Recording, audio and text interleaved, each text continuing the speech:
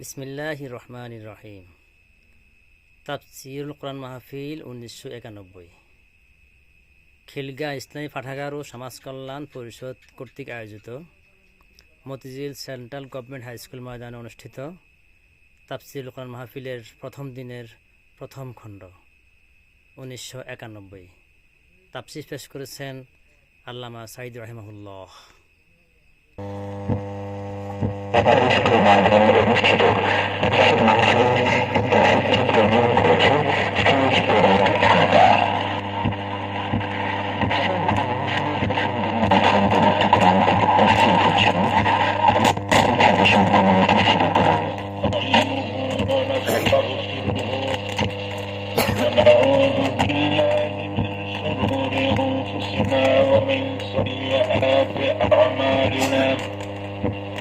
من يهد الله فلا مضل له ومن يضلل فلا هادي له ونشهد ان لا اله الا الله وحده لا شريك له ونشهد ان سيدنا وحبيبنا ومولانا محمدا عبده ورسوله الذي أرسله بالحق بشيرا ونذيرا وداعيا إلى الله بإذنه وسراجا منيرا فقد قال الله تعالى في كلامه المجيد وفرقانه الحميد أعوذ بالله من الشيطان الرجيم بسم الله الرحمن الرحيم إن الله وملائكته يصلون على النبي يا أيها الذين آمنوا صلوا عليه وسلموا تسليما اللهم صل على سيدنا مولانا محمد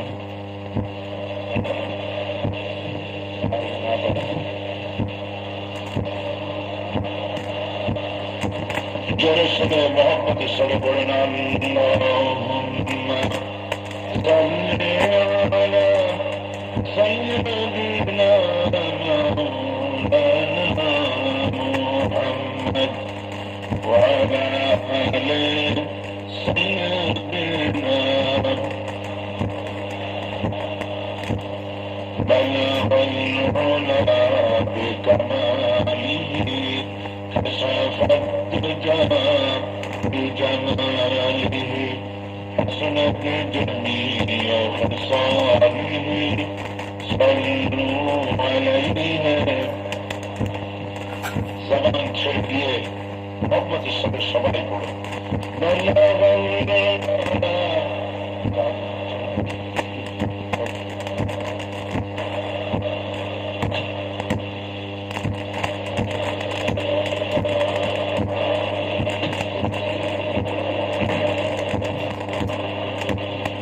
نسيما جانب بطحنا بخلق فهو عالم محمد راك برق بلغ العلا بكماله كشف الدجى بجماله حسن بجميع خصامه صلوا عليه আরবের বুকে মক্কার পরে আমিনার যেথায় ঘর খোদার করুণা কাউসার হয়ে ঝলসে বারংবার বলা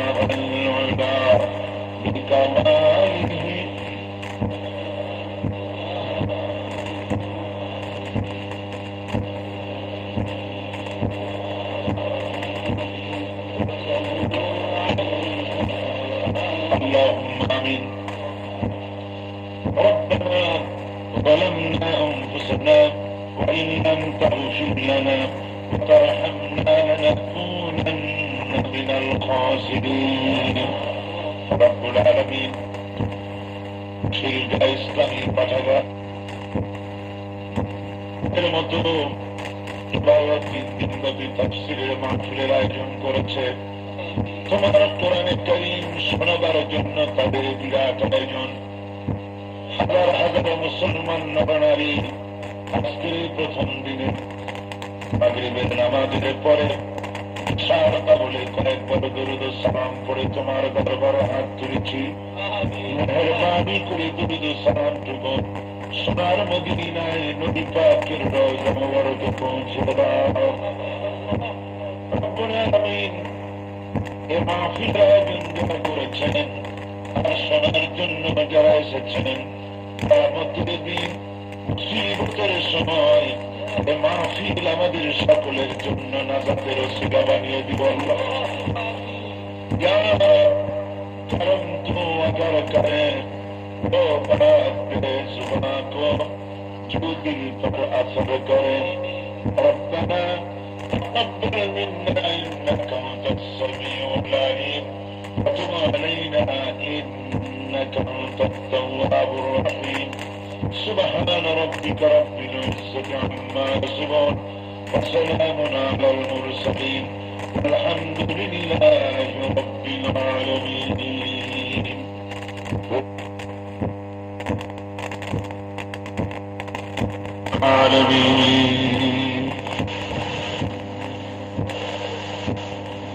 محترم صدر حضرات علماء کرام সম্মানিত সুধী মণ্ডলী, উপস্থিত আমার দিনদার ইমানদার মুসলমান ভাইয়েরা, পর্দার আড়ালের মা ও বোনেরা, আসসালামু আলাইকুম ওয়া রাহমাতুল্লাহি ওয়া বারাকাতুহু।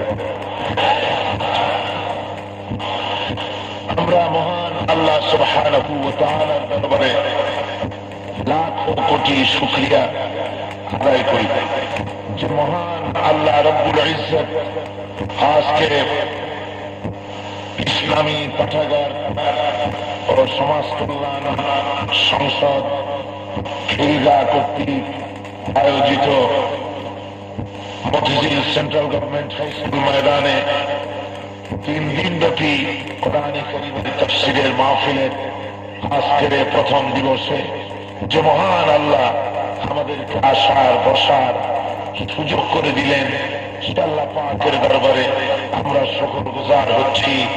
আমরা সকলে পড়ছি আলহামদুলিল্লাহ। জোরে সোরে মহব্বতের সাথে সবাই পড়েন আলহামদুলিল্লাহ। আমার ভাইয়েরা, দীর্ঘক্ষণ ধরে আপনারা এখানে অনেক গুণীজনদের কথা, আলেমে হাক্কানি, আলেমে রব্বানি, তাদের মুখ থেকে কথা শুনেছেন। বিশেষ করে আমার অত্যন্ত প্রিয় ভাই, এদেশের সকলের কাছে পরিচিত ব্যক্তিত্ব, আন্তর্জাতিক খ্যাতি সম্পন্ন আলেমে দ্বীন, শাইখুল হাদিস, মুফাসসির কুরআন, আল্লামা হযরত মাওলানা সৈয়দ কামালউদ্দিন গফুরি দামাত বরকাতুহুল আলিয়া, তার কাছ থেকে অত্যন্ত গুরুত্বপূর্ণ আলোচনা এতক্ষণ আমিও আপনাদের সাথী হয়ে তন্ময় চিত্তে শুনতেছিলাম। আল্লাহ পাক জ্ঞান গর্ভ আলোচনা আমাদের সকলকে ফায়দা দান করুন এবং যিনি আলোচনা আমাদেরকে উপহার দিয়েছেন আল্লাহ যেন তাকে হায়াত দারাজ করে দেন, তাকে সুস্থ রাখেন এবং জাতির কাছে ধরনের মূল্যবান কথা যুগ যুগ ধরে যেন পৌঁছতে পারেন, এ তৌফিক আল্লাহ পাক যেন তাকে ইনায়েত করেন। প্রথমে আমরা দোয়া করে নিতে চাই। দোয়া তো আমরা সকলেই করি, আরো করব ওদের জন্য যারা প্রতি বছর ঢাকায় ঢাকাবাসীদের জন্য এ ধরনের একটা বিশাল তাফসীরুল কোরআন মাহফিল উপহার দেয়। ওরা খিলগাঁও ইসলামী পাঠাগার, আপনারা নিশ্চয় ওদের নাম জানেন। কি বলেন, জানেন না? কত বছর, কত বছর, 12 বছর।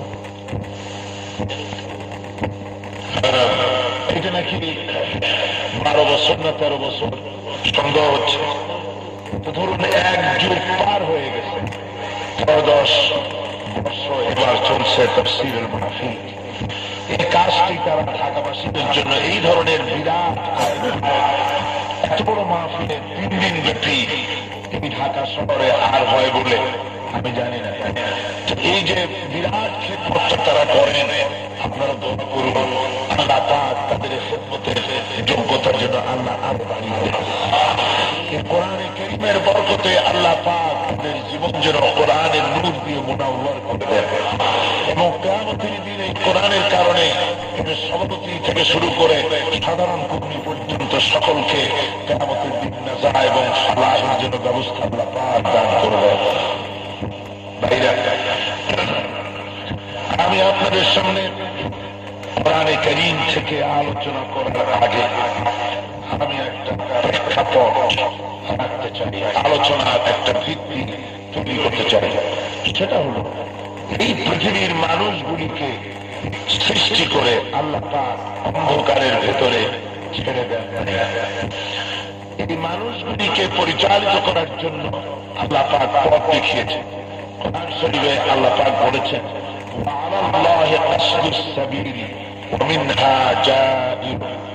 আল্লাহ পাক বলছেন যে সোজা পথ বলে দেওয়ার দায়িত্ব আল্লাহ, যেখানে রয়েছে অসংখ্য বাঁকা পথ। এই পৃথিবীতে অসংখ্য বাঁকা পথ আছে, এই অসংখ্য বাঁকা পথের মাঝে সোজা পথ বলে দেওয়ার দায়িত্ব কার? যারা বলেন কার? এটা আল্লাহ। আল্লাহ সে দায়িত্ব দুনিয়ার মানুষকে সঠিক পথে পরিচালিত করার জন্য সোজা পথটা আল্লাহ দেখিয়ে দিয়েছেন। সেই সোজা পথ দেখাবার জন্য আল্লাহ নবীদের পাঠিয়েছেন। নবীরা হলেন আল্লাহ কর্তৃক মনোনীত, নির্বাচিত। আন্দাজে কেউ নবী হতে পারে না, নবী আল্লাহ বানান। কে বানান নবী? মানুষগুলিকে সঠিক সোজা পথ দেখাবার জন্য আল্লাহ নবীদের পাঠিয়েছেন। যদি বলেন কাদের পাঠিয়েছেন? সেই নবীরা, তারা নবীদেরকে নবুয়ত দেওয়া হয়েছে কত বছর বয়সে? বলেন 40 বছর বয়সে।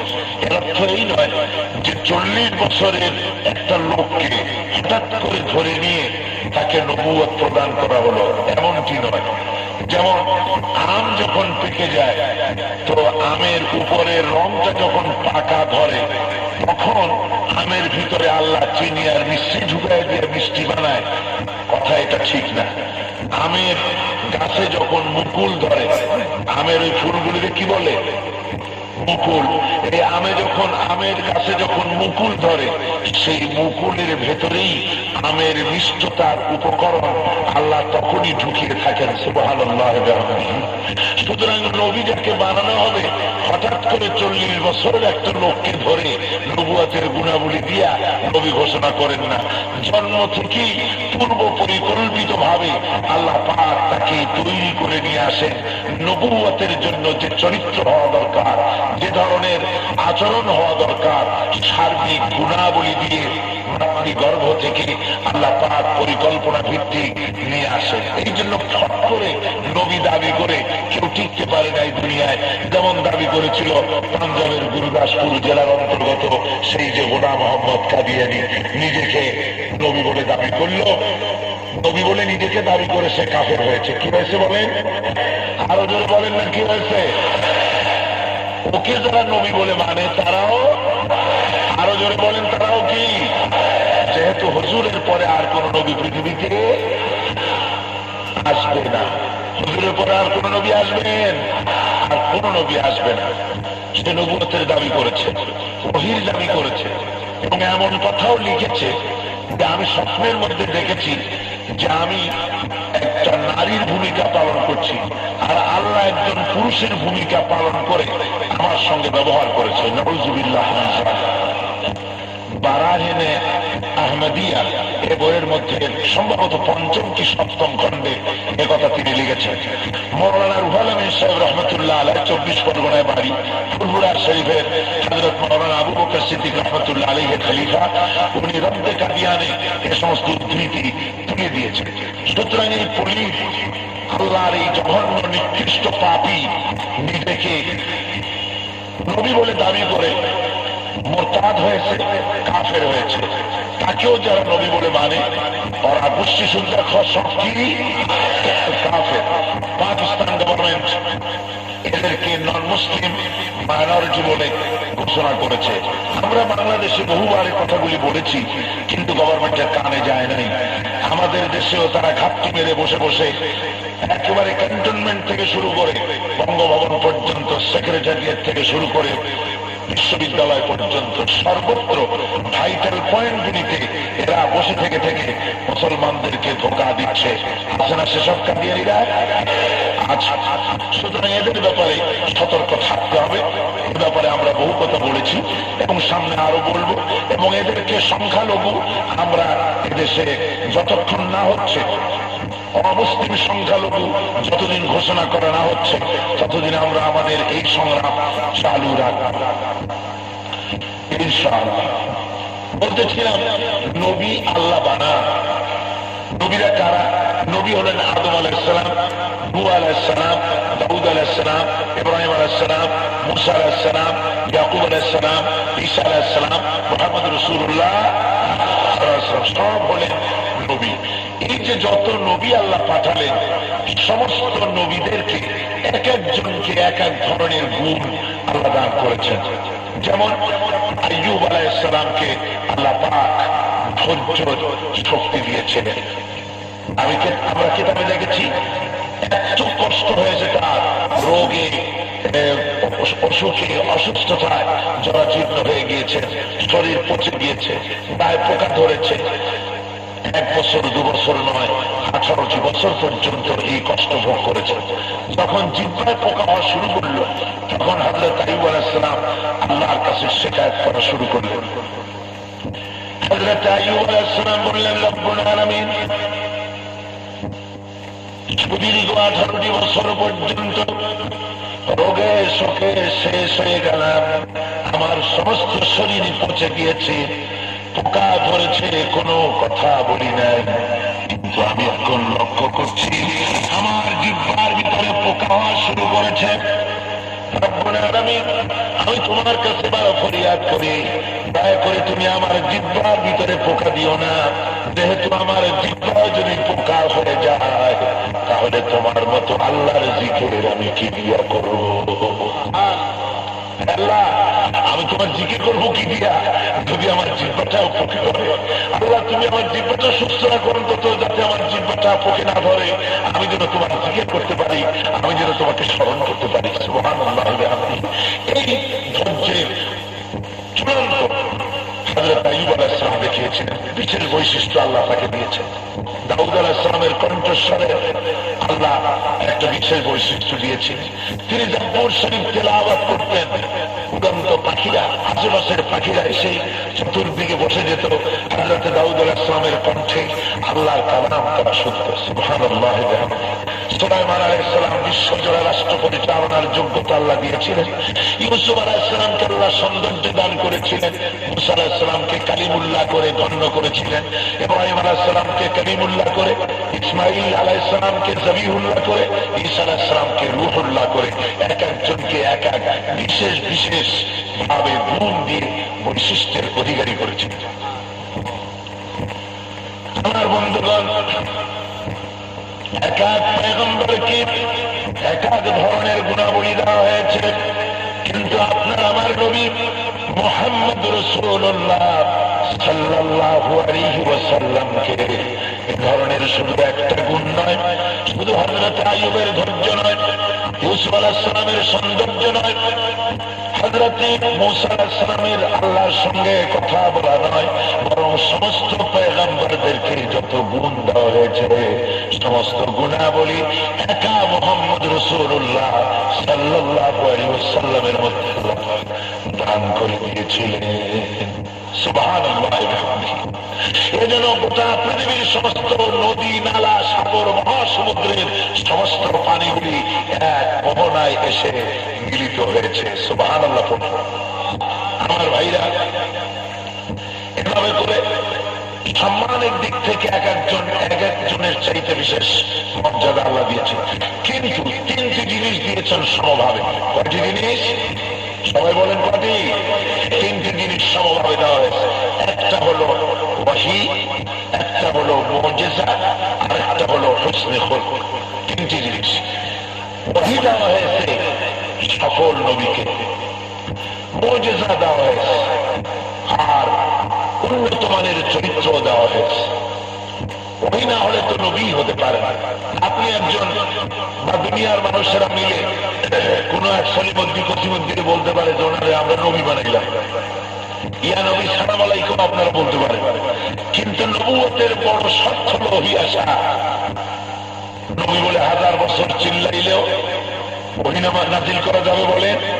জিবরাইল আসবে? সবাই মিলে যদি ধর্মঘট শুরু করে তাতেও কি জিবরাইল আসবে? আসবে। সুতরাং ওহী প্রয়োজন। আর আল্লাহর পক্ষ থেকে সমস্ত নবীদেরকে ওহী প্রদান করা হয়েছে। মুজিজা এসেছে। মুজিজা আসছে সেগুলি সমকালীন বিষয়বস্তুর উপরে ভিত্তি করে। যখন যে জিনিসের প্রভাব ছিল বেশি, ওই জিনিসের উপরে ভিত্তি করে প্রভাব বিস্তারকারী মুজিজা আল্লাহ ওই নবীকে দিয়েছেন। যেমন মূসা আলাইহিস সালামের যুগে ছিল জাদুর প্রভাব। কিসের প্রভাব ছিল? জাদু। জাদুকরেরা ফু দিয়া তাদের দড়ি কাশি এই বালুকণা হাবি জাবি ফু দিয়া টিয়া রাজি ঠেঙ্গা এগুলোরে বাঘ বানাইলো, সিংহ বানাইলো, সাপ বানাইলো, জাবায় বললো।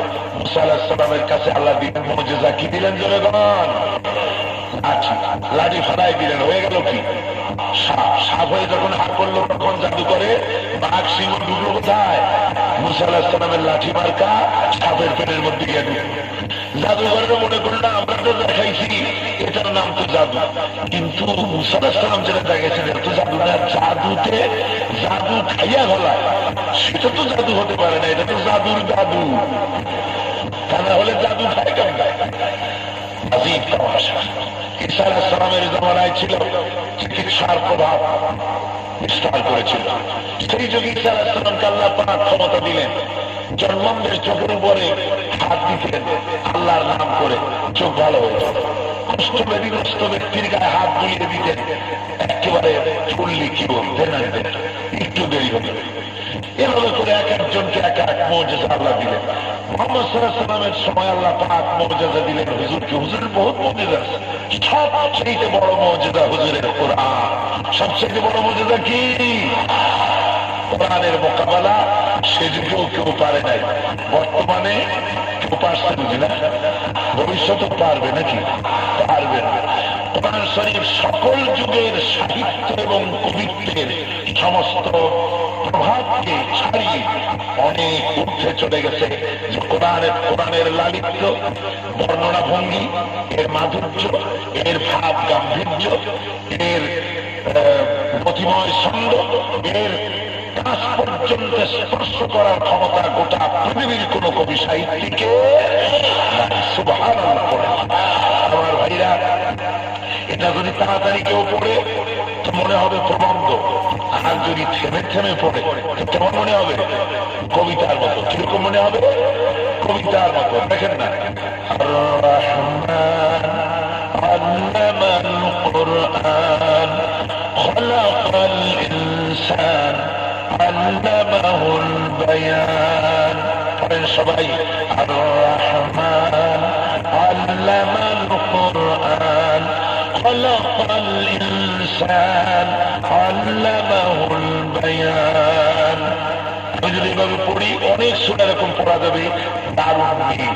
আর এই দারুণ মিল থাকার কারণে মুখস্থ হওয়ার ব্যাপারে এটা তো আল্লাহর রহমত। ওয়ালাকাদ ইয়াসসারনাল কুরআনা লিযিকরি। আল্লাহ বলছেন আমি কোরআনকে মুখস্থ করার জন্য মানুষের কাছে সহজ করে দিছি। মুখস্থ করার জন্য আমি আল্লাহ সহজ করেছি, ধরে করে সুবহানাল্লাহ। তো আমরা দেখেছি আল্লাহ সহজ করেছেন, কিন্তু নিয়ম পদ্ধতি দেখতে গিয়ে আমাদের সাধারণ জ্ঞানে যেটা ধরা পড়ে সেটা হলো প্রবন্ধ মনে থাকে কম, প্রবন্ধ মনে থাকে কম, কিন্তু কবিতা মুখস্থ করা সহজ বেশি, ঠিক কিনা কর, এবং মনে থাকেও বেশি। এই জন্য কোরআনের মধ্যে রয়েছে বিরাট ছন্দ, সুবহানাল্লাহ।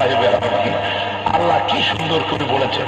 এমনিও বাংলায় যত কবিতা আমরা আগে পড়েছি সে সমস্ত কবিতাগুলি, ছন্দওয়ালা কবিতাগুলি আমাদের বেশ মনে আছে, কিন্তু আজকালকার যে কবিতা, এখানে কবিতা কব না কবিতা কব আমার বুঝে আসে।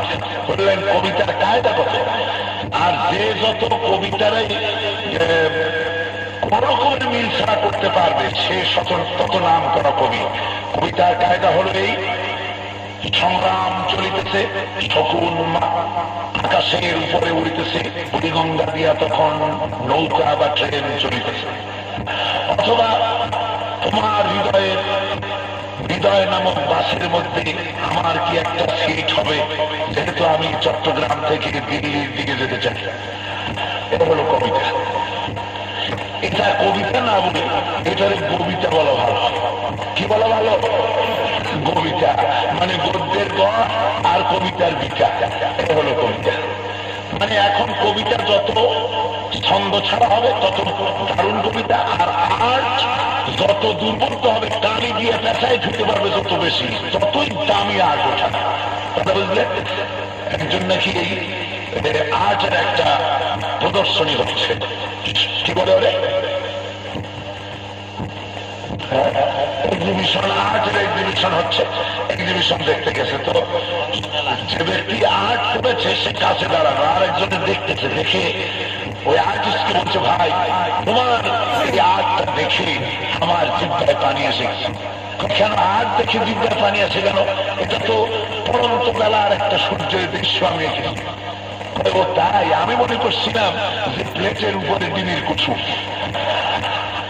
তো এখন আজ যত বেকায়দা করা যায় তত বেশি আশ্চর্যজনক এবং খুব বেশি দাম। আর কবিতার যত সর্বনাশ করা যায় আর যত যৌনতা ঢুকানো যায় সে তত নাম করা কবি। এই হলো অবস্থা। কোরআনে কারীম আল্লাহ পাকের দেওয়া রাসূলের কাছে সর্বশ্রেষ্ঠ মুজিজা। এর মধ্যে যে ছন্দ, লালিত্য, ভাব, গাম্ভীর্য, যা পৃথিবীর সর্বকালের সমস্ত কবিত্ব এবং সাহিত্যের সব ভাব দ্বারাকে ছাড়িয়ে উঠে চলে গিয়েছে। জোরে করে সুবহানাল্লাহ। এই জিনিস, এই মুজিজা আল্লাহ রাসূলে পাক সাল্লাল্লাহু আলাইহি ওয়াসাল্লামকে দিলেন। তার আমি বলতেছিলাম কি কি বলেছিলাম, সমস্ত নবীদেরকে সমানভাবে কয়টা জিনিস দেওয়া হয়েছে? তিনটা। একটা হলো কি? ওহী। দুই নম্বরে কি? মুজিজা। তিন নম্বরে কি? মাশাআল্লাহ। এরকম মনে থাকে না, ওয়াজ করতে ইচ্ছে করে যে আপনাদের মনে থাকে এবং এর উপরে আমলও চলবে। তিন নম্বরে হলো হুসনে খুলুক, উন্নত মানের চরিত্র। দুনিয়ার সমস্ত নবীরা উন্নত চরিত্রের উপরে প্রতিষ্ঠিত। এখন এই নবীদের চরিত্র কত বড় উন্নত, ব্যক্তির চরিত্র উন্নত, ব্যক্তিটি খুবই পূত পবিত্র চরিত্রের অধিকারী। এ কথা, এ সার্টিফিকেটটা সবচাইতে প্রথমে কে দিতে পারবে? আল্লাহ পাক দিবেন। বস্তুগত দিক থেকে ব্যক্তির চরিত্র সম্পর্কে সার্টিফিকেট দিতে পারে প্রথমে স্ত্রীকে। দুনিয়ার সমস্ত পয়গম্বরদেরকে আল্লাহ মাসুম বানিয়েছেন, বেগুনাহ বানিয়েছেন, ভুল ত্রুটির ঊর্ধ্বে রেখেছেন, তাদের কোনো সমালোচনা করা যায় না। ওনারা কোনো ভুল করেননি, কোনো গুনাহ করেননি, আল্লাহ পাক হেফাজত করেছেন। জোরে বলেন সুবহানাল্লাহ, আরো জোরে বলেন সুবহানাল্লাহ। এখন আসুন অন্যান্য নবীদের কথা বাদ দিয়ে মুহাম্মদ রাসূলুল্লাহ সাল্লাল্লাহু আলাইহি ওয়াসাল্লামের চরিত্রকে আমরা বিশ্লেষণ করি। চরিত্রের মাপকাঠিতে হুজুরের চরিত্র আগে আমরা দেখার জন্য স্ত্রীর কাছ থেকে সার্টিফিকেট নেই। একটা পরে বলি। জাগতিক দিক থেকে আমরা বিচার বিবেচনা করে দেখি, চরিত্রের দিক থেকে মোহাম্মদ সাল্লাল্লাহু আলাইহি ওয়াসাল্লাম কোন পর্যায়ে। হুজুরের বয়স যখন 25 বছর, বিয়ে হলো কার সাথে বলুন? হযরত খাদিজার বয়স কত তখন? 40 বছরের একজন মহিলা বয়সের বয়স যখন 40 বছর, তখন কি তিনি বুদ্ধির দিক থেকে কাঁচা না পাকা? সবাই বলেন কাঁচা না পাকা? পরিপক্ক বুদ্ধির অধিকারিণী হযরতে খাদিজা। আর ওই মক্কা নগরীতে যখন নারীদের চরিত্রের কোনো বালাই নাই, যখন নারীরা ধর্ষিতা লাঞ্ছিতা, সেই সময় হযরত খাদিজাকে ডাকা হতো তাহেরা বলে। কি বলে ডাকা হতো? তাহেরা মানে পবিত্র। তাহলে হযরত খাদিজা রাদিয়াল্লাহু তাআলা আনহা পবিত্রা, ধনশালিনী, বুদ্ধিমতী, সকল দিক থেকে উন্নত মানের চরিত্রের এই মহিলা বিয়ে করলেন মুহাম্মদ সাল্লাল্লাহু আলাইহি ওয়াসাল্লামকে 25 বছর বয়সের সময়। হুজুর নবুয়ত পেলেন কত বছর বয়সে? 40 বছর। তাহলে মাঝখানে সময় পাইল কত? 15 বছর। 15 বছর ধরে স্বামী স্ত্রী ঘর গৃহবাস করার পর একটা স্ত্রী তার স্বামীকে চিনতে কোনো ব্যাপারে বাকি থাকে? যেটা বলেন বাকি থাকে? থাকে না। রাসূলুল্লাহ যেদিন নবুয়ত পেলেন, দেখুন অবস্থা, নবুয়ত যেদিন পেলেন সেদিন হেরা পাহাড় থেকে এসে হযরতে রাসূল পাক এসে বললেন, আমাকে ঢেকে দাও কম্বল দিয়ে। হুজুর কাঁপতেছিল। হযরত খাদিজা কম্বল দিয়ে জিজ্ঞেস করলেন, আপনার হয়েছে কি? উনি বললেন, আমি এরকম এক জ্যোতির্ময় এক মহাপুরুষ দেখেছি, তার জ্যোতির্ময় চেহারা আমি দেখে আমি ভয় পেয়েছি। আমাকে বুকের সাথে জড়িয়ে ধরা হয়েছে, এমন জোরে আমি ব্যথা পেয়েছি, আমি কষ্ট পেয়েছি, আমার শরীরে জ্বর উঠেছে, আমার জীবন সম্পর্কে আমি হতাশ হয়ে পড়েছি। হযরতে খাদিজা কি সাক্ষী দিচ্ছেন? মুহাম্মদ সাল্লাল্লাহু আলাইহি ওয়াসাল্লাম, আপনি কোনো চিন্তা করবেন না, কোনো বা ভূত আপনাকে কোনো আসর করতে পারে না, আপনাকে কেউ কোনো ভূত প্রেত আসর করতে পারে না, আপনার অনিষ্ট কেউ করতে পারে না, শয়তান আপনার ক্ষতি করতে পারবে না। যেহেতু আপনি পবিত্র মানুষ, আপনি বিধবাকে আশ্রয় দেন, প্রতিবেশীর হক আদায় করেন, আত্মীয়দের হক আদায় করেন। সুতরাং আপনার মতো লোককে কেউ ক্ষতি করতে পারে না বলে সুবহানাল্লাহ, কেউ ক্ষতি আপনার করতে পারে না। রাসূল পাক সাল্লাল্লাহু আলাইহি ওয়াসাল্লাম যখন নিজের নবুয়তের কথা পেশ করলেন হযরত খাদিজার কাছে, একজন স্ত্রী তার স্বামীকে ভক্তি করতে পারে, ভালোবাসতে পারে, জীবন উৎসর্গ করে দিতে পারে, কিন্তু স্বামীর উপরে ঈমান আনতে পারে না। পারে ঈমান আনতে পারে, কিন্তু রাসূল পাক যখনই নবুয়তের কথা বললেন, মুহাম্মদ সাল্লাল্লাহু আলাইহি ওয়াসাল্লাম, আপনি কোন চিন্তা করবেন না, আপনাকে কোনো দুষ্কৃতী বা ভূত আপনাকে কোনো আসর করতে পারে না, আপনাকে কেউ কোনো ভূত-প্রেত আসর করতে পারে না, আপনার অনিষ্ট কেউ করতে পারে না, শয়তান আপনার ক্ষতি করতে পারবে না। যেহেতু আপনি পবিত্র মানুষ, আপনি বিধবাকে আশ্রয় দেন, এতিমকে খেতে দেন, মিসকিনদের খেতে দেন, প্রতিবেশীর হক আদায় করেন, আত্মীয়দের হক আদায় করেন। সুতরাং আপনার মতো লোককে কেউ ক্ষতি করতে পারে না বলে বলেন সুবহানাল্লাহ। কেউ ক্ষতি আপনার করতে পারে না। রাসূল পাক সাল্লাল্লাহু আলাইহি ওয়াসাল্লাম যখন নিজের নবুয়তের কথা পেশ করলেন হযরত খাদিজার কাছে, একজন স্ত্রী তার স্বামীকে ভক্তি করতে পারে, ভালোবাসতে পারে, জীবন উৎসর্গ করে দিতে পারে, কিন্তু স্বামীর উপর ঈমান আনতে পারে না। তার ঈমান আনতে পারে না। কিন্তু রাসূল পাক যখনই নবুয়তের কথা বললেন, হযরত খাদিজা এক মুহূর্ত দেরি করলেন না, সঙ্গে সঙ্গে বলে দিলেন, মুহাম্মদ সাল্লাল্লাহু আলাইহি ওয়াসাল্লাম, বেশক আপনি আল্লাহর নবী, কোনো সন্দেহ নাই, যেহেতু আপনার যে চরিত্র, যে স্বভাব, এটা কোনো সাধারণ মানুষের এই স্বভাবেই চরিত্র হতে পারে না। আমি ঘোষণা করে দিলাম, লা ইলাহা ইল্লাল্লাহ, লা ইলাহা ইল্লাল্লাহ। জোরে পড়েন লা ইলাহা, তাড়াতাড়ি লা ইলাহা। আরেকটু জোরে পড়েন না, লা ইলাহা।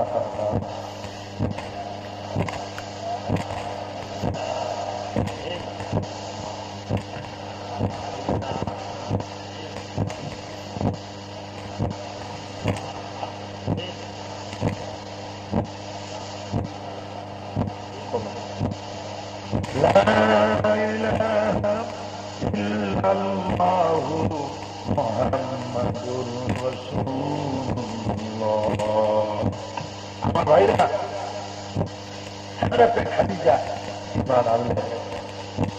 সর্বপ্রথম স্ত্রীর কাছ থেকে সার্টিফিকেট পেল মুহাম্মদ সাল্লাল্লাহু আলাইহি ওয়াসাল্লাম সম্পর্কে, যে তিনি অত্যন্ত পবিত্র চরিত্রের রাখা।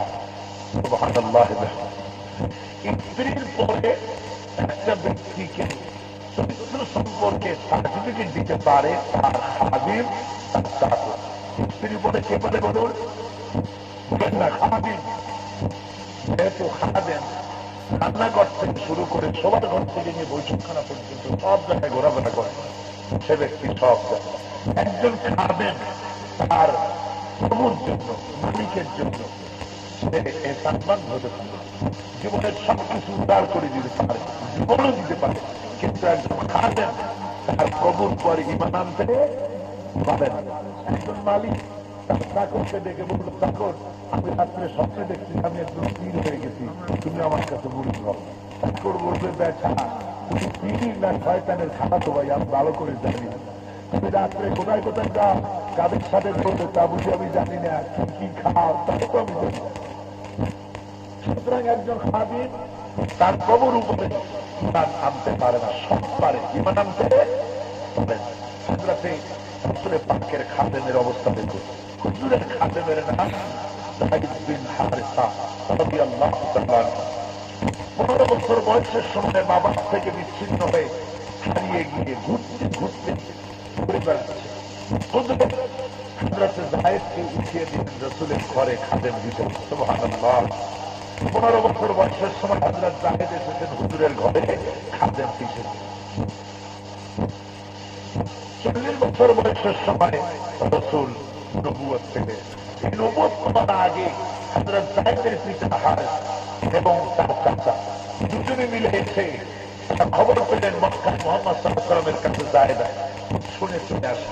এসে বলল, মুহাম্মদ সাল্লাল্লাহু আলাইহি ওয়াসাল্লাম, আমরা শুনেছি আপনার কাছে আমার ছেলে আছে, ওর মা কাঁদতেছে, আমরা সবাই আজকে কয়েক বছর পর পাচ্ছি, মেহরবানি করে আমাদের ছেলে আমাকে দিয়ে দেয়। বললেন কি হুজুর, তখন নবী অন্যায়। হুজুর বলছেন যায়েদকে আমি ডাকি, যায়েদ যদি আপনাদেরকে চেনে এবং আপনাদের সাথে যেতে চায় আমি কোনো বাধা দেব না। যায়েদ যদি আপনাদের সাথে যেতে না চায় তাহলে আমি এমন ব্যক্তি না যে আমার কাছে থাকতে চায় আমি জোর করে তাকে ছেড়ে পাঠিয়ে দেবো, আমি কিন্তু সেরকম লোক না। যায়েদের পিতা বললেন, হুজুর আপনি খুব ইনসাফপূর্ণ কথা বলেছেন, আপনি যায়েদকে ডাকেন। যায়েদ এলো। হুজুর বললেন, যায়েদ এদের চিহ্ন? বললেন, হ্যাঁ ইনি আমার পিতা, উনি আমার চাচা।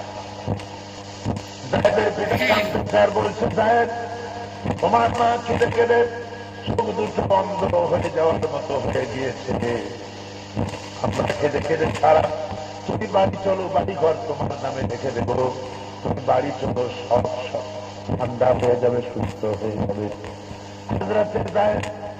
তিনি বলছেন, আপনাদের আমার বাড়িঘর, আমাদের বাড়িঘর যা আছে সব আমাকে লিখে দেওয়া তো দূরের কথা, তাম দুনিয়া যদি আমার নামে যদি লিখে দেওয়া হয় তাহলে এই মুহাম্মদ সাল্লাল্লাহু আলাইহি ওয়াসাল্লামের কদমের কাছে থেকে, তার কাছ থেকে যে ব্যবহার, যে স্নেহ, যে মায়া, যে ভালোবাসা, যে মহব্বত পেয়েছি, এই কদম ছেড়ে যাওয়া আমার পক্ষে সম্ভব নয়। সারা দুনিয়া ছেড়ে দিতে পারি, মুহাম্মদ সাল্লাল্লাহু আলাইহি ওয়াসাল্লামকে আমি থাকতে পারি না। সুবহানাল্লাহ। 40 বছর বয়সের সময় রাসূল নবুয়ত পাওয়ার পর যখন নবুয়তের দাওয়া পেশ করলেন, দাবি পেশ করলেন, খাদিম যায়েদ এসে রাসূলের সামনে দাঁড়িয়ে বললেন, বেশক আপনি আল্লাহর নবী, এইরকম চরিত্রবান লোকেরাই নবী হবে। আপনি নবী, কোনো সন্দেহ নাই। আমি আপনার নবুয়তের স্বীকার করে নিলাম। লা ইলাহা ইল্লাল্লাহু মুহাম্মাদুর রাসূলুল্লাহ। আমার ভাইরা, প্রথমে স্ত্রী একটা ব্যক্তির চরিত্র সম্পর্কে প্রথমে জানে কে? বলেন কে? স্ত্রী। 2 নম্বরে কে?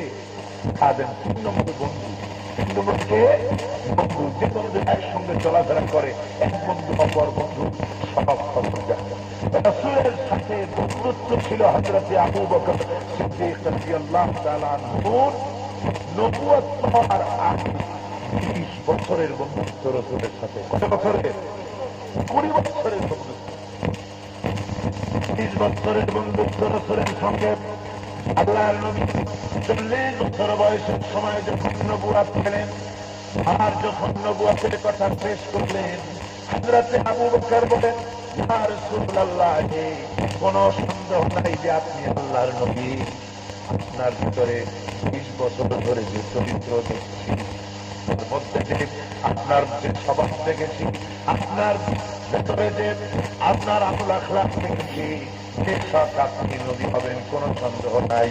আমি সাক্ষ্য দিচ্ছি, আশহাদু আল্লা ইলাহা ইল্লাল্লাহু ওয়াহদাহু লা শারীকা লাহু ওয়া আশহাদু আন্না মুহাম্মাদান আবদুহু ওয়া রাসূলুহু। বলেন না সবাই, আশহাদু আল্লা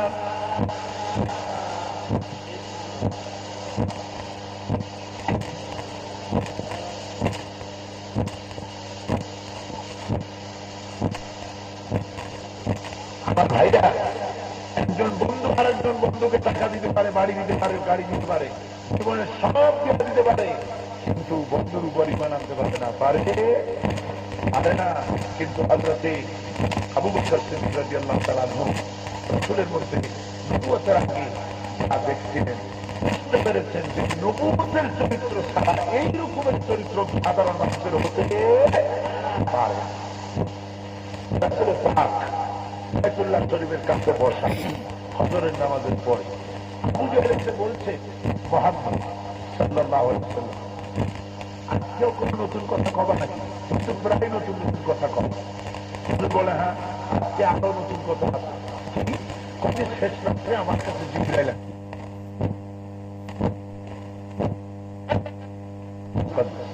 সেখানে গিয়ে নামাজ পড়লাম। তারপরে মহাকাশ পাড়ি দিয়ে, মহাশূন্য পাড়ি দিয়ে, সাত আকাশ পুরো আসে, আপনি আমাকে নেওয়া। আমি আল্লাহর সঙ্গে কথাবার্তা বললাম, দেখলাম, লোক দেখলাম। তারপরে এসে ফজর নামাজ পড়ছি, তুমি আমার কাছে জিজ্ঞাসা করতে কথা। এই হলো আজকে।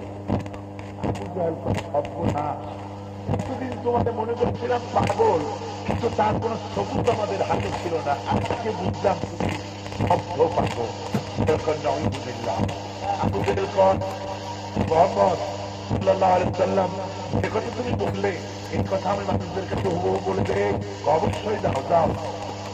আবু জাহেল মনে করলে একটু সুযোগ দেখি হযরত আবু বকরকে তার কাছ থেকে ছুটানো যায় নাকি। দৌড়ে গেল হযরত আবু বকরের কাছে। যে বলছে, আবু বকর শুনছো? বলে কি? মুহাম্মদ সাল্লাল্লাহু আলাইহি ওয়াসাল্লাম এরকম বললে শেষ রাত্রে নাকি এত টাকা ঘুরে আসছে। কি বোঝা কথা? কোথায় মক্কা, কোথায় বাইতুল মুকাদ্দাস, 1000 মাইল দূরে শেষ রাত্রে যাইয়া টাকা ঘুরে আচ্ছা তুমি গিয়া শেষ পর্যন্ত দেখা এই কি কেমন মাথা কত খারাপ। হযরত আবু বকর বলছেন, আবু জাহেল তুমি যা বললা এইরকম মুহাম্মদ সাল্লাল্লাহু আলাইহি ওয়াসাল্লাম বলেছেন? বলে, হ্যাঁ। আবু বকর বলছেন, আবু জাহেল শুনে থাক, আমার হুজুর যদি কথা বলে থাকেন তাহলে অবশ্যই রাসূল এই রাহাত হয়েছে, কোন সন্দেহ না। হযরত আবু বকর ছুটে এলেন মসজিদুল হারামে এসে বলছেন, হুজুর আপনি এরকম বলেছেন? হুজুর বলছেন, হ্যাঁ বলেছি। হযরত আবু বকর বলছেন, বেশক আপনার মেয়ে রাহাত হয়েছে, আমি সাক্ষ্য দিচ্ছি। হুজুর বলছেন, তুমি সত্য। সুবহানাল্লাহ। আমার ভাই, কতখানি বিশ্বাস থাকলে পরে এরকমের কোথাও বিশ্বাস করা যায়? বিশ্বের এসেছে রসুলাম একবার এক ইহুদির কাছ থেকে ধার করেছে, সময় মতো পরিশোধ করছে। একদিন হঠাৎ রাস্তায় হুজুরকে পেয়ে ওই ইহুদি বলছে, মোহাম্মদ আমার টাকাগুলি ফেরত দাও। হুজুর বলছেন, কেন তোমার টাকা তো আমি দিচ্ছি, কন্যা তুমি দাও না। হুজুর বলছেন দিচ্ছি, ও পায় না দেও। এরপরে একজন সাহাবী সেখানে এসে হাজির, হুজুরের কাছে কি হয়েছে? বলছে, ওর কাছ থেকে আমি টাকা নিয়েছিলাম, টাকা শোধ করেছি, অথচ সে আমার কাছে এখন আবার টাকা ডিমান্ড করছে। আপনি বলছেন, হুজুর আপনি টাকা আদান প্রদানের সময় যখন নিয়েছিলেন এবং দিয়েছিলেন তখন কোনো সাক্ষী ছিল? হুজুর বলেন না, কোনো সাক্ষী ছিল। তার বলছেন, আমি সাক্ষী, আমি জানি আপনি তার টাকা ফিরে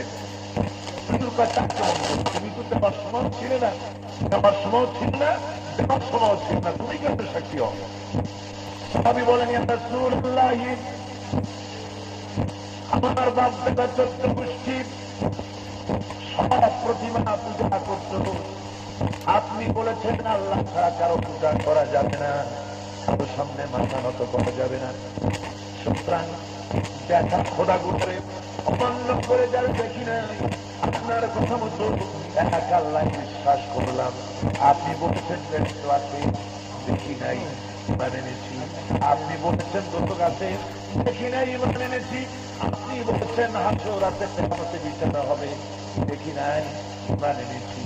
এতগুলি বড় বড় কথা যদি সর্ববাদ দিয়া এত বড় বড় বিষয়গুলি যদি আপনার কথা না দেখে যদি বিশ্বাস করতে পেরে থাকি, তাহলে সামান্য কয়টা টাকা ইহুদি ফিরিয়ে দিচ্ছেন, এই কথাগুলি কেন বিশ্বাস করবো না? অবশ্যই আপনি ফিরিয়ে দিয়েছেন। ইহুদি বলছে, তুমি ঠিকই আবার টাকা ফিরিয়ে দিয়েছ, আমি একটু পরীক্ষা করলাম, আমি আর ইহুদি রইলাম না, আমি বিশ্বাস করলাম তুমি বেশক আল্লাহর নবী।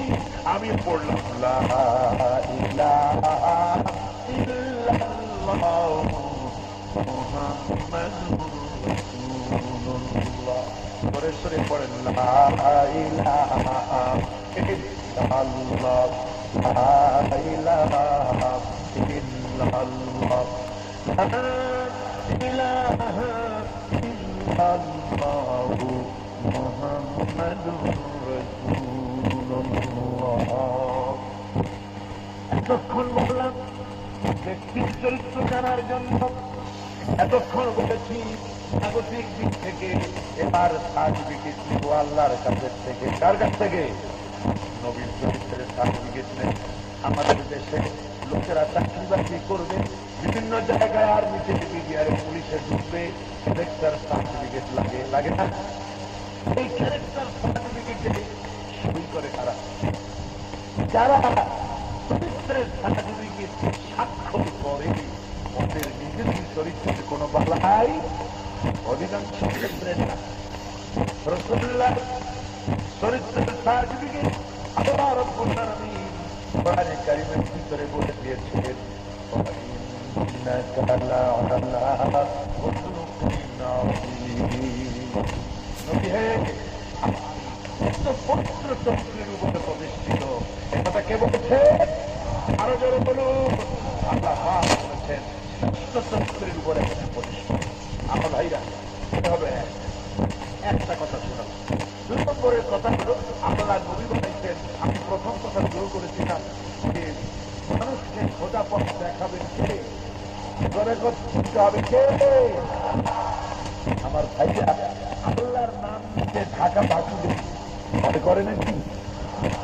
কদিন আগে তো আল্লাহরে বাদ দেওয়ার চেষ্টা করছিল, পাত্র সুবিধে হয়েছিল না?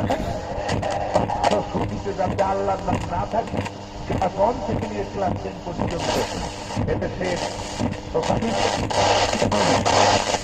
দিয়া কমিটি গঠন করা হল। আর বইয়ের ভিতর থেকে আল্লাহর নাম দিতে হবে। যেখানে আল্লাহ সেখানে সৃষ্টি করতে হবে, যেখানে ইসলাম সেখানে ধর্ম, যেখানে মুসলিম সেখানে জাতি, যেখানে পানি সেখানে জল, এরকমের পরিবর্তনের প্রচেষ্টা চলেছিল।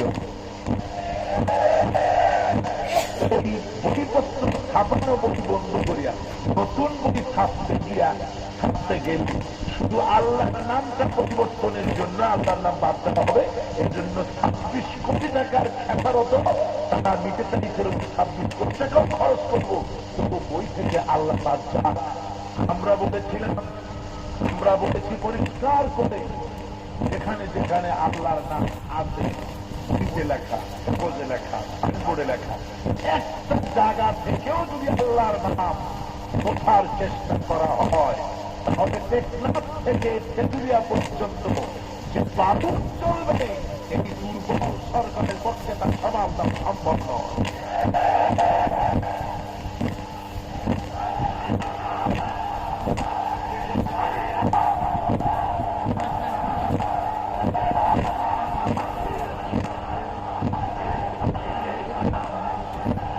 আমার ভাইরা বসেন, দেখাবেন না, বসুন ভাইরা। আমার আল্লাহর মেহেরবানি, গভর্নমেন্টের শক্তি হয়েছে, কমিটি বাতিল করেছেন, সিদ্ধান্ত বাতিল করেছেন, আলহামদুলিল্লাহ।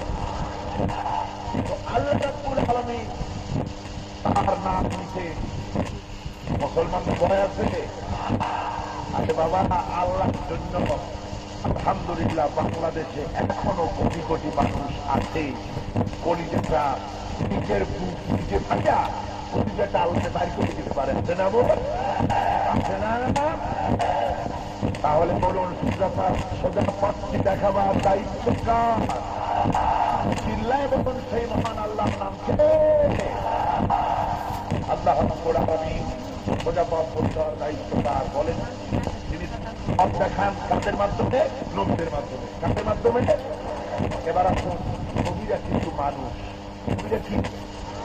নবী ফেরেশতা নয়, নবীরা জিনও নয়, নবীরা ভিন্ন কোন সত্তাও নয়, নবীরা কি?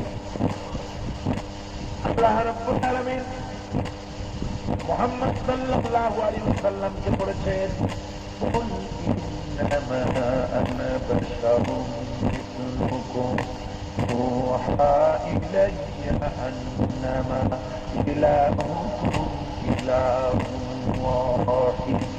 নবী আপনি বলেন, আমি তোমাদের মতো মানুষ, আমার কাছে ওহি আসে, আর তোমাদের ইলাহ আমার ইলাহ একই আল্লাহ রাব্বুল আলামিন।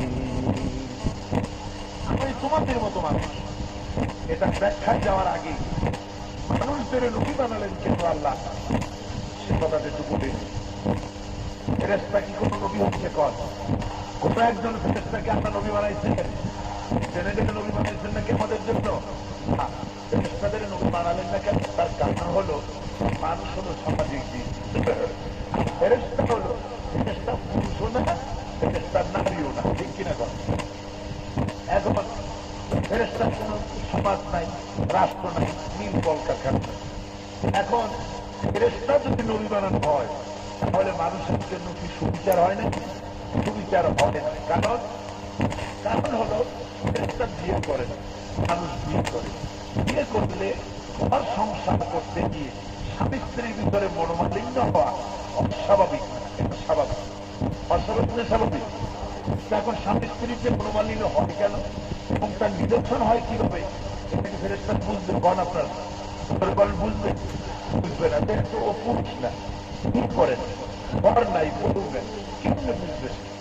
তারপরে ফেরেশতাদের গরু নেই, জমি জমা চাষ করেন। এখন বনগা চাষি ক্ষেত বুঝু, মালিকের সাথে সংঘর্ষ পাবে কি নিয়ে, সে কথা তো ফেরেশতাদের বোঝার কথা না, ঠিক কিনা? এই জন্য ফেরেশতাদের নবী বানানো হয়নি। তিন কলকারখানা আছে, শ্রমিকরা কাজ করে, মালিক আর শ্রমিকের সংঘর্ষ হয়, বিরোধ হয়, এর বিরোধের নিষ্পত্তি কেমনে হবে? ফেরেশতারা কি করে বুঝবে? আদম দিতে কোনো ফেরেশতা চাকরি করে নাকি? আদম দিতে কোনো ফেরেশতা জেনারেল ম্যানেজার নাকি?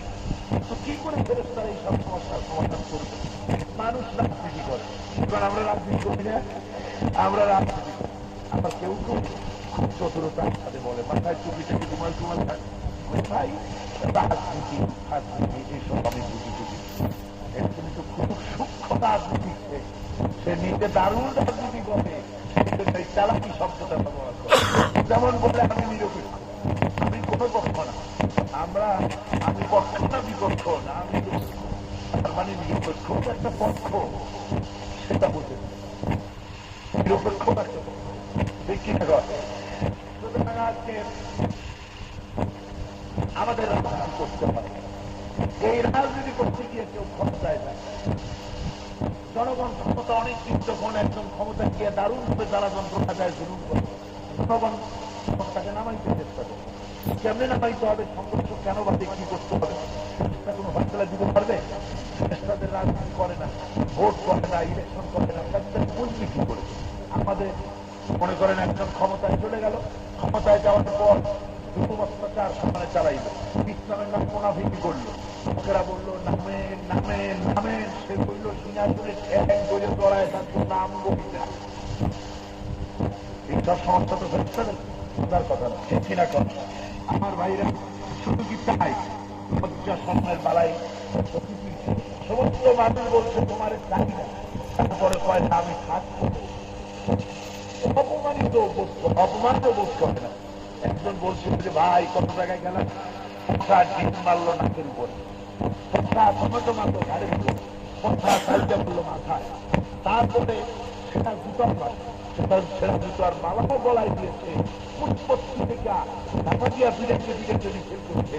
তবে আল্লাহর রহমতে আজ পর্যন্ত কেউ আমাকে অপমান করতে পারে না। এখন এই অপমানকে কেমনে হয় আল্লাহ ভালো জানে। আমাদের দেশে একটা দুর্ভাগ্য, লোকেরা ক্ষমতায় যায়, ক্ষমতা খাওয়ার জন্য, ক্ষমতার মতলবে দেওয়ার জন্য গণতন্ত্র নামক একটা সিঁড়ি ব্যবহার করে। গণতন্ত্রের সিঁড়ি দেওয়া ক্ষমতার মতলবে বসে বসার পর যখন নামার প্রয়োজন হয়, উনি ওখানে উঠে কি সিঁড়িকে ঢোকায়। এখন যখন নামার দরকার তখন হয় গুলি করে নামার লাগে, আর না হয় কোমরে গাঁথি বান্ধে গোটা জাতি নামালে এটা নামানো যায় না, শিখছি না। সুতরাং এই সব সমস্যার সমাধান তারা দিতে পারে না। সেই জন্য আল্লাহ রাব্বুল আলামিন অতি বড় এহসান করছেন, মানুষের জন্য নবী বানিয়েছেন আল্লাহ মানুষদেরকে। সুবহানাল্লাহ বলেন, সুবহানাল্লাহ। আমার ভাইরা মানুষ ছিলেন, ভক্তি অতিশাচ্ছে অনেকে শুধু মানুষ বলতে চায় না, ঠিক না, মানুষ, মানব, মহামানব, অসাধারণ, অসাধারণ ব্যক্তি কথা বলা যায়। কিন্তু ভক্তি করতে গিয়া দূরে ফেরেশতা বানানো যাবে, ফেরেশতার চাইতে মানুষের মর্যাদা বেশি, ফেরেশতার চাইতে মর্যাদা কার বেশি? মানুষের। তবে আনা বাসারও মৃত্যুকুম, আমি তোমাদের মতো মানুষ, এই কথার একটা ব্যাখ্যার দাবি রাখে। আমি তোমাদের মতো মানুষ তার মানে কি? তোমরা হোক্কা খাও, আমি হোক্কা খাই না, তোমরা গুনাহ করো আমিও করি না, তোমরা মিথ্যা কথা কো আমিও করি না, তোমরা মানুষ। আমি তোমাদের মতো মানুষ, তার মানে হলো তোমরা ঘুমাও, আমারও ঘুমে তা। তোমরা বিয়ে করেছো, বাচ্চা কাচ্চা হবে, আমিও বিয়ে করছি, আমার বাচ্চা কাচ্চা হয়। মানুষ, তোমরা মায়ের পেট থেকে আসছো, আমি মায়ের পেট থেকে আসছি। তোমরা বাজার ঘাট করো, খাবো খাও, আমিও বাজার ঘাট করি, খাই। হুজুর বাবা করেন নাই? ওই যে কাপড়ের করে মারে আশ্চর্য বাজারে আসে একজন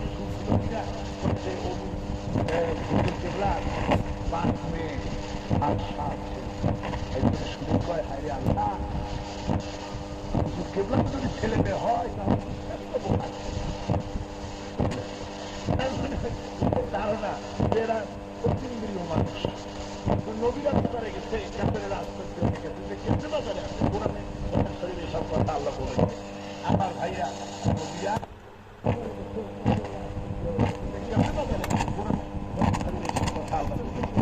আমার ভাইরা মানুষ, আমরাও মানুষ, তবে আমাদের মতো সাধারণ মানুষ না, তারা আমাদেরকে শয়তান ওয়াসওয়াসা দিতে পারে।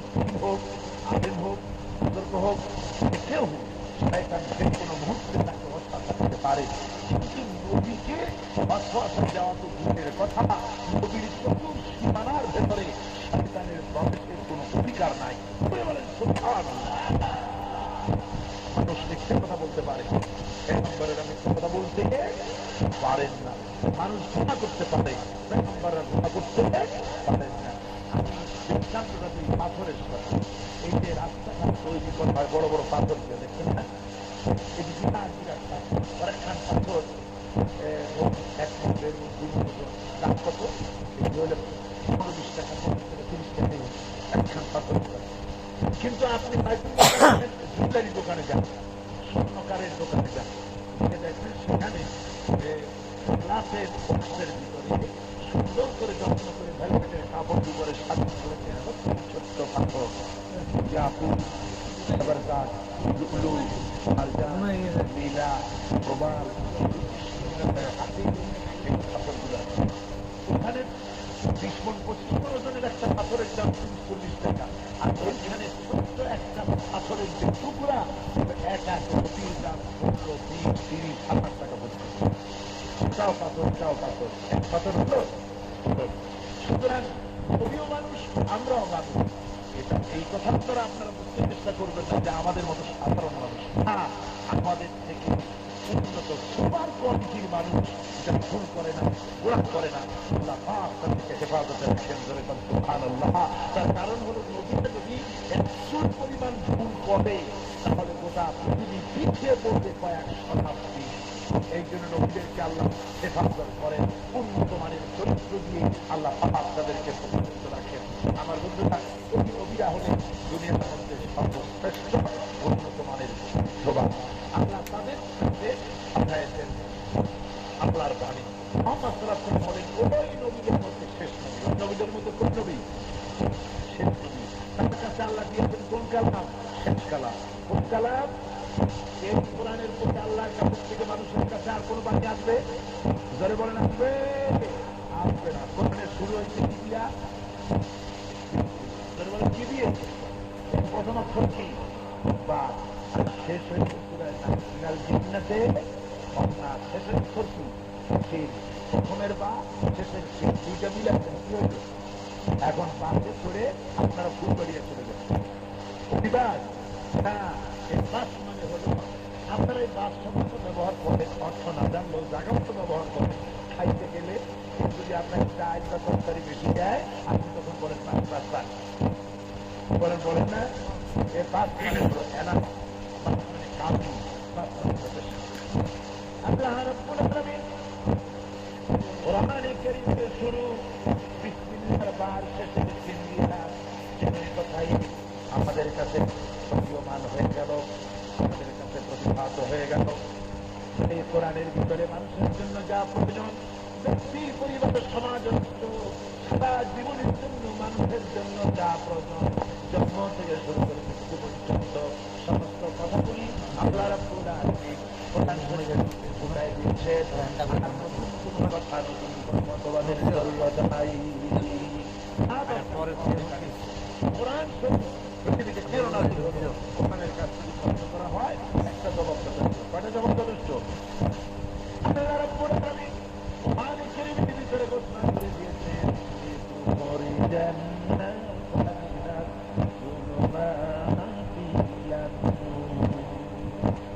কোরআন অবতীর্ণ করা হয়েছে এই জন্য যাতে করে মানব মণ্ডলীকে অন্ধকারের ভিতর থেকে আলোর দিকে নিয়ে আসবে। অন্ধকার সমূহ থেকে মানুষদেরকে আসতে কোন দিকে? আলোর দিকে। একটা কায়দা দেখুন, আল্লাহ পাক এখানে জুলমাত বলেছেন। কি বলছেন? জুলমাত। কোরআন শরীফে অন্ধকারের কথা কত জায়গায় আছে? কোন জায়গায় 1 বছর ব্যবহার করা হয়।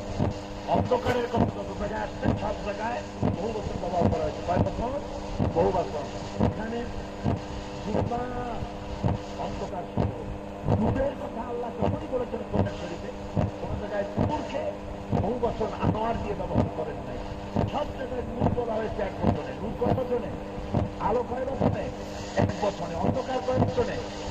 বহু বছরে। কারণ হলো অন্ধকারের পথ হয় অনিমিক, আর আলোর পথ হয় এক। আলোর পথ কয়টা? আলোর পথ একটা। একজন আল্লাহ রাব্বুল আলামিন বলেন, লিতুদখুলিল জান্নাত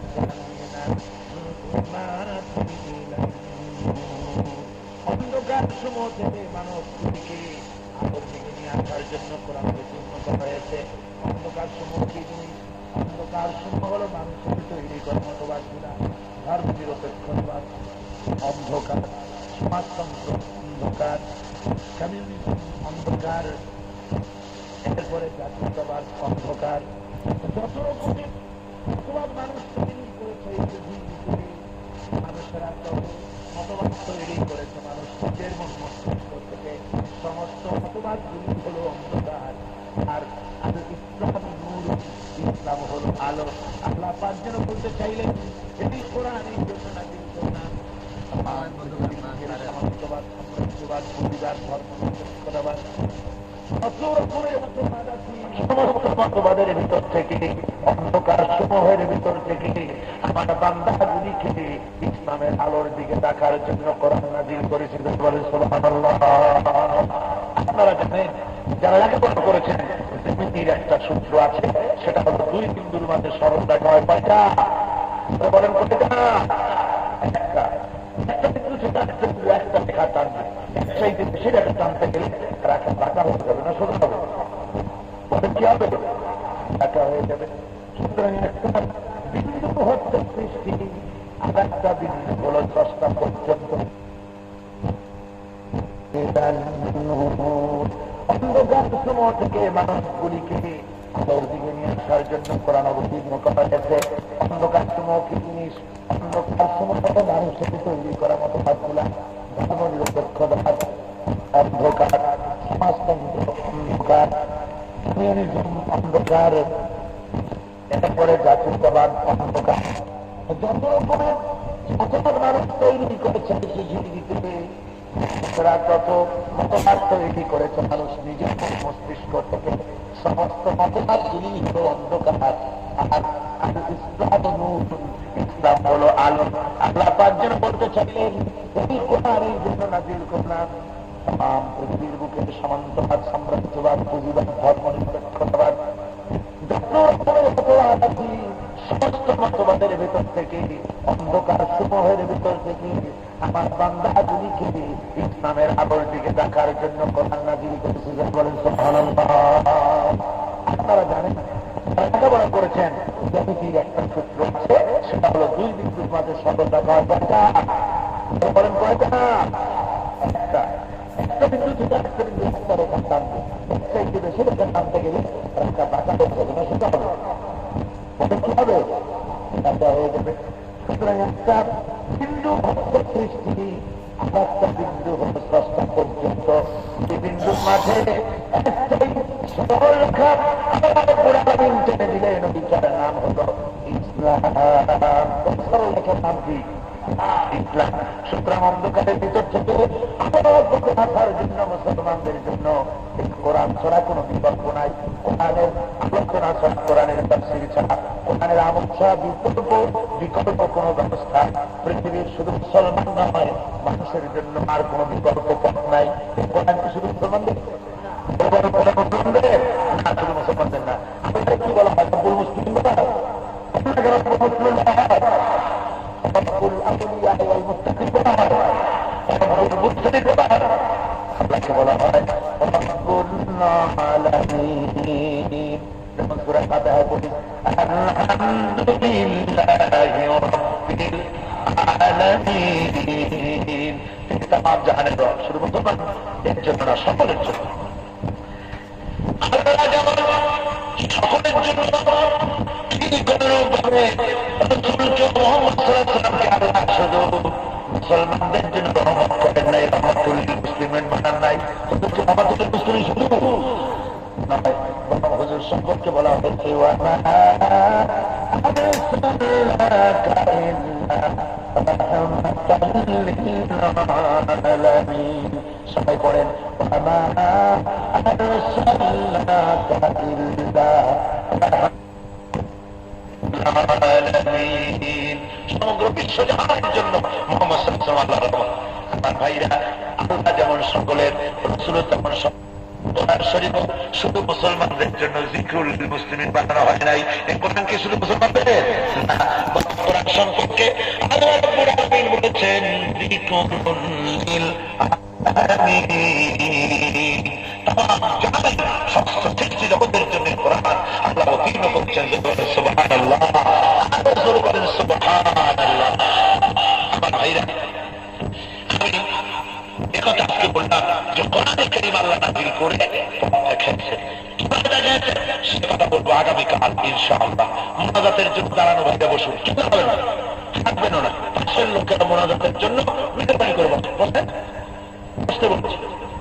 সমস্ত মুসলমানেরা, তারও ভাইরা সব বসে পড়ে এখনই আমরা মোনাজাত করবো আল্লাহর কাছে। আলহামদুলিল্লাহ, মোনাজাতের আগে একটু জিজ্ঞেস করেন লা ইলাহা ইল্লাল্লাহ, লা ইলাহা ইল্লাল্লাহ, লা ইলাহা ইল্লাল্লাহ, লা ইলাহা ইল্লাল্লাহ, মুহাম্মাদুর রাসূলুল্লাহ। এত বড় বিশাল জনসমুদ্র, মোনাজাত দরকার নাই এমন হতভাগ্য কি আছে নাকি? কি বলেন, থাকতে পারে? আপনাকে শয়তান ওয়াসওয়াসা দিতে না পারে, মোনাজাতে অংশ নেন, হাঁটতে পারবেন, যাইতে পারবেন, কে আপনারা ঠেকা থাকে? খবরদার হাঁটার কথা করবেন না। মোনাজাতে আদরের জন্য বসায়, হাঁটা বন্ধ করে। এই মোনাজাতের পর এখানে আযান হবে, ইশার নামাজ মসজিদে গিয়া জামাত পড়াতে হবে। তবে আল্লাহর রাস্তে এত বড় জামাত কেউ নষ্ট করবেন না। খবর এখানে কি ব্যবস্থা? পশ্চিম দিকে উজুর ব্যবস্থা, উজ্জাদের নেই, আপনাদের হাতে উজু করে আসবেন। খবরদার এত বড় জামাতকে আল্লাহর রাস্তে নষ্ট করবেন না। একদম কয়েকটা কথা বলেন। দুই নম্বর কথা হলো, এই তাফসীরের মাহফিল কতদিন চলবে? কয়দিন আছে? কয়দিন? কালকের থেকে আজ থেকে প্রেক্ষাপট আমি বললাম, এরপরে কালকের থেকে সরাসরি আলোচনা করবো। আপনাদের মা, বোন, স্ত্রী কি আসবেন, সকলকে বাধা ঘাটের ছেলেরা তারা সুন্দর করে ব্যবস্থা করে দিয়েছেন মায়েদের বোনেদের বসার জন্য। আপনাদের স্ত্রী নিয়ে আসবেন, ওরা এখানে বসে বসে শুনতে পারবে। বেশি শোনানো দরকার, ঠিক কিনা? আপনার ছেলেকে দাওয়াত দেবেন, আপনার আত্মীয় স্বজনকে দাওয়াত দেবেন। যত লোক আজকে আসছেন প্রত্যেকে 3 জন করে লোককে দাওয়াত দেবেন, প্রত্যেকে 3 জনকে টার্গেট নেবেন। কতজন? প্রতিজনে 3 জনকে টার্গেট করে নিয়ে দাওয়াত নিয়ে আসবেন। গানের আলোচনা শুনে ওই লোকটা যদি মন মঙ্গল ওয়াশ হয়ে যায়, ইসলামের রাস্তায় আসে, কিয়ামত পর্যন্ত আপনি সব পাবেন। আলহামদুলিল্লাহ। গেল 2 নম্বর। 3 নম্বরের কথা হলো, এই বিশাল প্যান্ডেলের দিক তাকা যায়। এই বিশাল প্যান্ডেল অপুরন্ত আলোর বন্যা, কতটুকু দরকার সে পরিমাণ আলো এই প্যান্ডেল, এই মঞ্চ এবং আপনাদের বসার সুন্দর ব্যবস্থাপনা তারা করেছে। গরিবের ছেলে পেলে সকলের জন্য চেষ্টা করে, কষ্ট করে, প্রতি বছর তাফসীর করে। সভাপতি জনাব আবুল কাশেম আমাকে বলেছেন যেসব ছেলের কাজ করতেছে, এই প্যান্ডেল পাতা দিতেছে, দৌড়দৌড়ি করতেছে, কষ্ট করতেছে, এই ছেলে পেলেগুলি ওদের পেটে খাবার নাই, ওদের খাবার দেওয়ার যে পরিমাণ পর্যন্ত দিতে পারছে না। এই প্যান্ডেল বাকিতে করা হয়, মাইক বাকিতে করা হয়, সব বাকি 3 দিন পর্যন্ত এটা চলবে। কত কত খরচ হয়ে বাজারে আপনারা বুঝতে পারেন। মেহেরবানি করে ওদের আপনার যাওয়ার সময় কোথাও আসতে ড্রাম, আপনারা যদি সবাই যাওয়ার সময় ড্রামের সাথে একটু মোলাকাত করেন, তাহলে কিন্তু কাজটা আসান হয়। কিনা বলেন? আপনারা করবেন তো মোলাকাত? কেমন মোলাকাত করবেন? আগে পকেটে হাত দেবেন, তাই না? পকেটে হাত দেবেন, আল্লাহর রাস্তায় দিবেন। কোরআনের কথা বেশি করে চালু করা দরকার, তাফসীরের কথা বেশি করে শোনানো দরকার, কোরআনের কথা বেশি বেশি বলা দরকার। তাহলে মুমিনদের ঈমানের জৌলুস বাড়বে। ঠিক না? মেহরবানি করে যাওয়ার সময় যা পারেন দিবেন, কাউকে আরো বেশি করে দিয়ে আসবেন, কাউকে আরো বেশি আসবেন, যেন খাইতে পারে, এই সমস্ত বিল পরিশোধ করতে পারে। যদি ঋণগ্রস্ত হয়ে থাকে, তাহলে আগামী বছর আপনার এত বড় কাজ করতে সাহস হবে না। আপনারা কি দায়িত্ব আছে নাকি? দশের বোঝা কি পায়? একের বোঝা, একের বোঝা আপনাকে দিলে একের বোঝা, 10 কি একের মুশকিল। সবাই মিলে চেষ্টা করলে আসান হয়ে যায়। আমি সেই জন্য আপনাদের বলবো, মেহরবানি করে মা বন্ধ করবো, মা যারা আসছেন আজকে আপনাদের ব্যাংকে পয়সা থাকলে আজকে দিবেন, আজকে না থাকলে নিয়ে আসবেন। মেহরবানি করে আপনারা দিয়েছেন, সবাই দাঁড়িয়ে আছে, নামাজ না পড়তে যাবেন না, কালকে আপনার থেকে আসবেন, আলোচনা শুনবেন, আর সমাজে নামাজ পড়তে যাবেন, হওয়ার সময় স্লোগান নাম দিয়ে দিতে যাবেন। আপনারা কি দিতে যাবেন? কোন ইসলামীমূলক স্লোগান, আল্লাহু আকবার, বাংলাদেশ জিন্দাবাদ, বাংলাদেশ স্লোগান ধরে দিতে হবে। আর কোরআনের আলো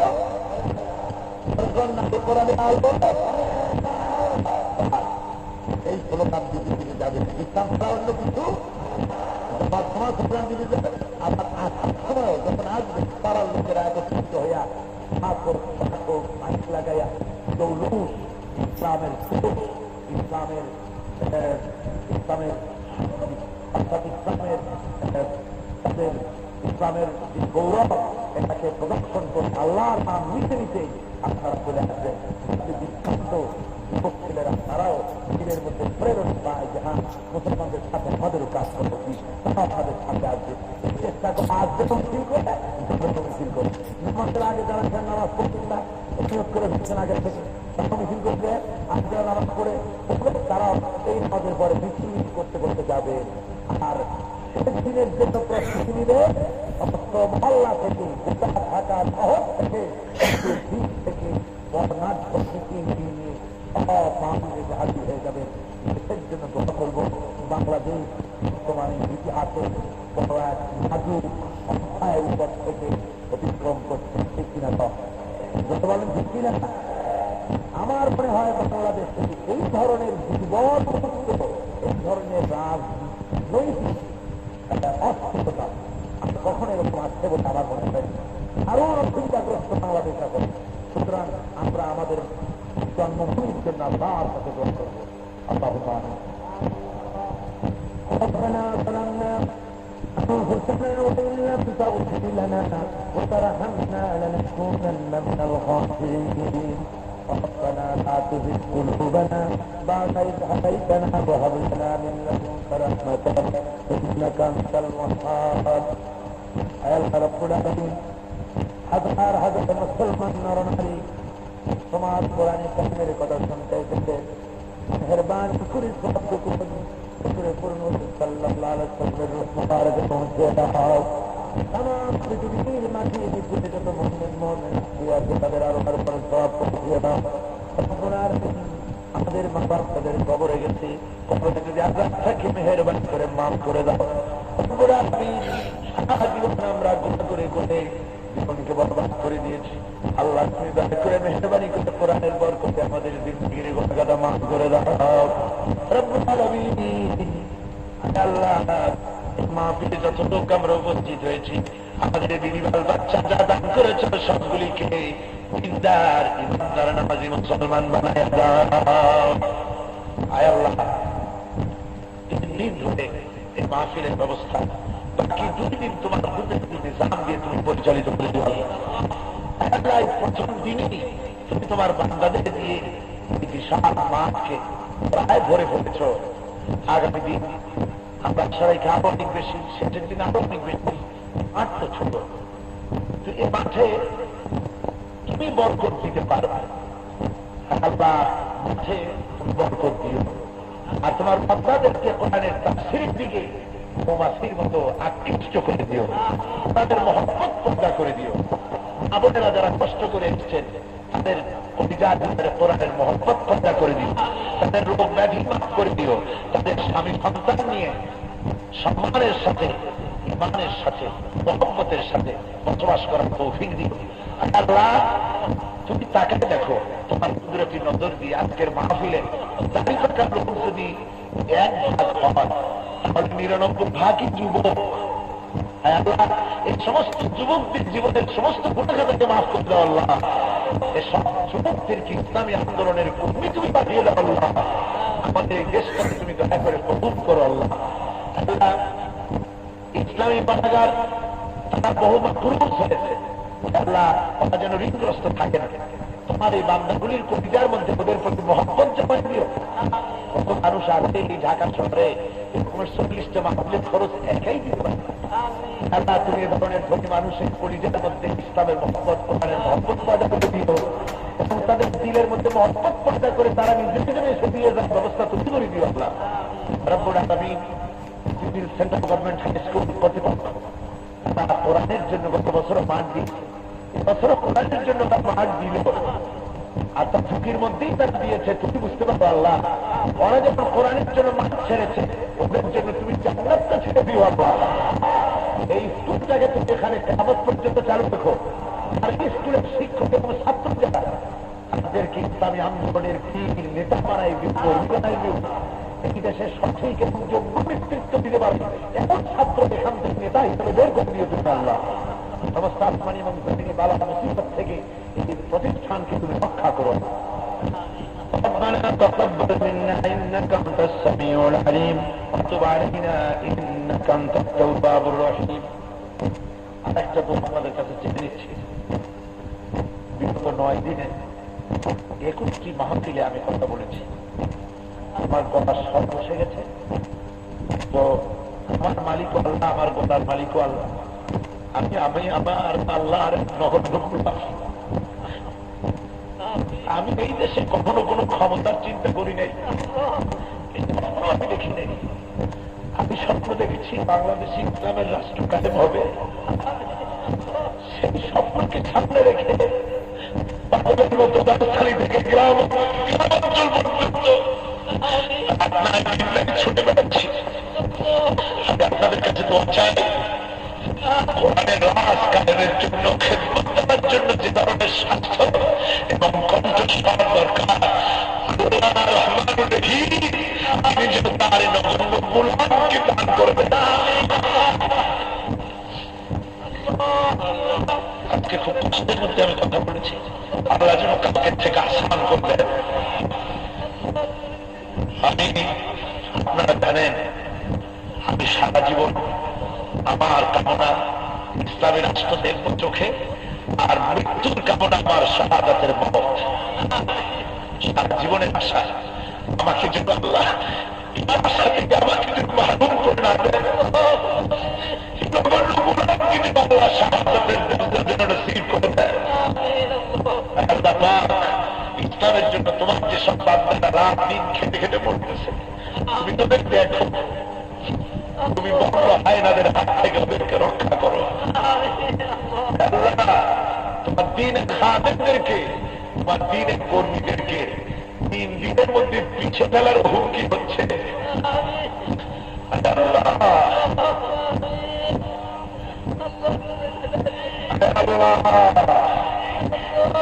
দিনের সাথে যারা ভেদাভেদি করে, ইসলামের সাথে যারা শত্রুতা করে, তুমি ওদের হেদায়েত করো।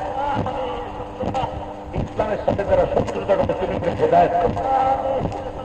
আর যারা ইসলামের জন্য ছোটাছুটি করে, তোমার নাম আল্লাহ, এই আল্লাহ নামের মহব্বতে যারা জীবনটা দিতে চায়, আল্লাহ তুমি তোমাদের গোলামদেরকে ভুলে দিও না বাবু। তোমার গোলামদেরকে অন্য হায়নাদের সামনে অসহায় করে ছেড়ে দিও না বাবু। তুমি আমিও কাজ করতে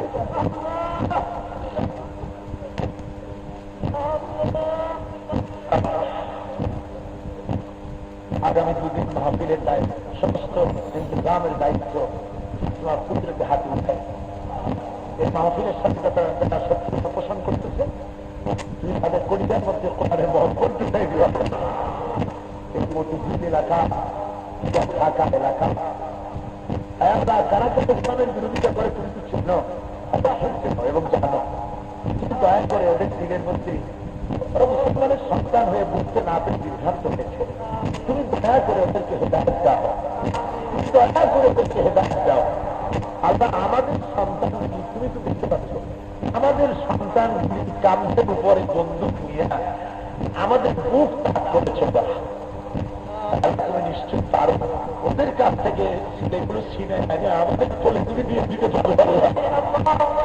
তুমি ইসলামের সেগুলো ইসলামের কোলে উঠাতে দাও। অশান্ত দেশটাকে তুমি শান্তির পথে নিয়ে যাও। ربنا تقبل منا انك انت السميع العليم وتب علينا انك انت التواب الرحيم سبحان ربك رب العزه عما يصفون وسلام